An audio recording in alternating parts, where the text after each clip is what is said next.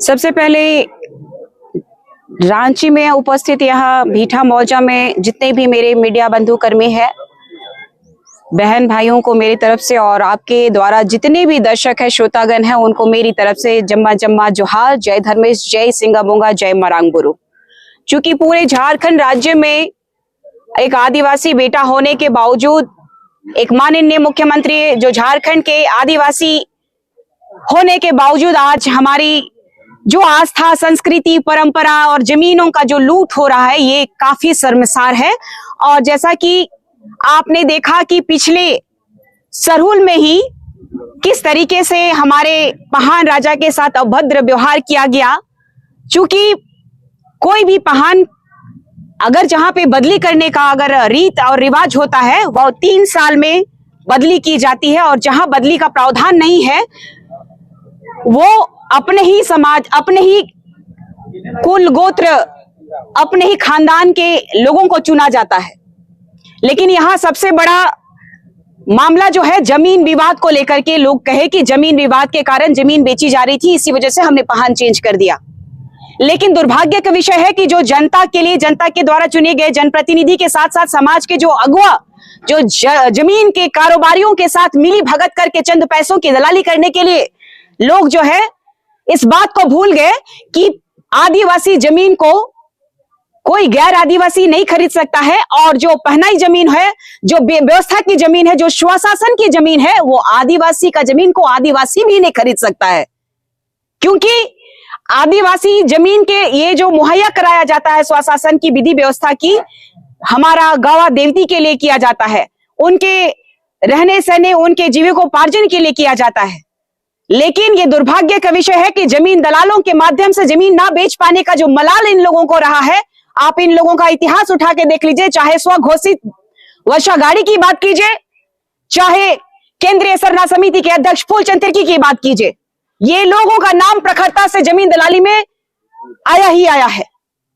और मैंने कहा था कि समय आने दीजिए, समाज को गुमराह करने वाले जितने भी समाज के दलाल प्रवृत्ति के लोग हैं, उनका पर्दाफाश करने का काम करूंगी। ये लोग जन्नेपुरी तन्नेमुड़ी के लोग आज जो है झारखंड को तबाह कर रहे हैं। हमारी संस्कृति, हमारी सभ्यता, हमारा जल जंगल जमीन को लुटेवाने के लिए सबसे अग्रिम पंक्ति में ऐसे लोग खड़े हैं।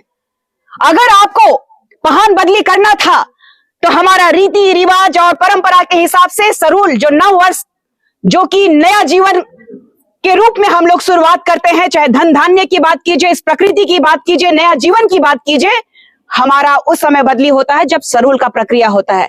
सरहुल के समय मैंने न्यूज के माध्यम से देखा कि सूप को जो घुमाया जा रहा था उसे लूट लिया गया और अखड़ा में रख दिया गया। ये कोई विधि विधान नहीं होता है। जनता को बैठना पड़ता है, गांव के मौजा को, गांव के लोगों को बैठना पड़ता है। दुर्भाग्य है इस अगर जमीन का अगर हेरा फेरी हुआ है कहीं पे भी, तो यहाँ के जितने भी आदिवासी हैं वो सभी जिम्मेदार हैं। वो एक व्यक्ति जिम्मेदार नहीं है, क्योंकि आदिवासी जो व्यवस्था की जमीन कभी नहीं बेची जा सकती है।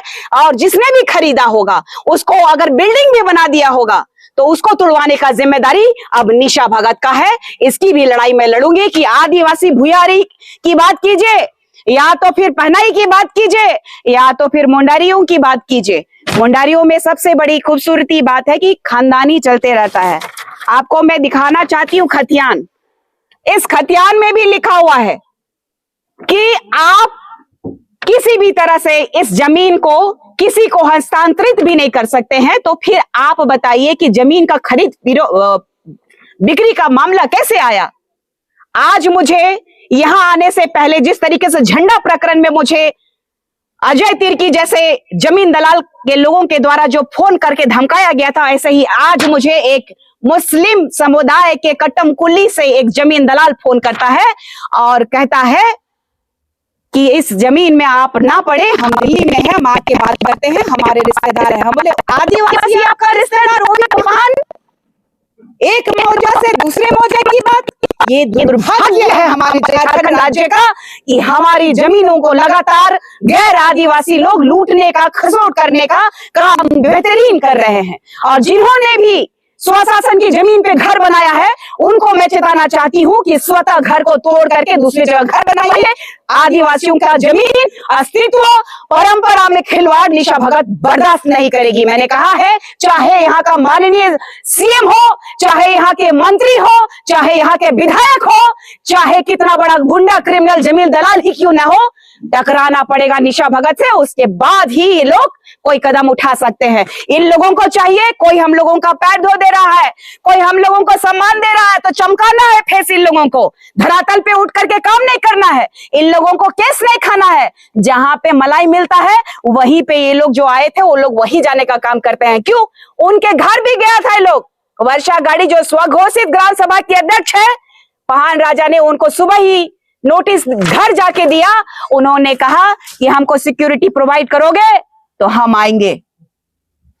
ये कौन सा तुक बन गया कि समाज में जाने के लिए सिक्योरिटी की आवश्यकता है? अगर आपका मुद्दा था कि यहां गलत हुआ है, जमीन की बिक्री हुई है, तो उनको निशा भगत से टकराने के लिए आना चाहिए था। अगर किसी भी लोगों को, यहाँ के गांव के किसी भी व्यक्ति को अगर वो धमकाएंगे, मुझे मिला है, सूचना मिला है कि वो गांव के लोगों को, जो लोग विरोध कर रहे थे उसका, कि सरूल के दिन जिस तरीके से हम लोगों की गवाह देवती का अपमान किया गया, जमीन दलालों के माध्यम से, जमीन दलालों के संपर्क में आने वाले आदिवासी जो करके वाकई हमारे समाज को गर्त में लेके जा रहे हैं, उनको मैं चेताना चाहती हूं कि अगर एक भी हमारे लोगों को, जो गरीब गुरबा आदिवासी इस देश के मूल निवासियों को अगर धमकाने का कोशिश किया तो मैं घर में घुस के संदरा करूंगी। ये मेरा आदिवासी प्रण है कि आदिवासी का अस्मिता, आदिवासी की जमीन, आदिवासी की परंपरा में जो भी प्रहार करेगा उनको पुनः चेतावनी देती हूं मैं कि सावधान, खबरदार। इनके लिए निशा भगत नाम की जहर की पुड़िया पूरे झारखंड में घूम रही है, ना कि रांची, ना कि गुमला, ना कि सिमडेगा, ना कि खूंटी, ना कि जमशेदपुर।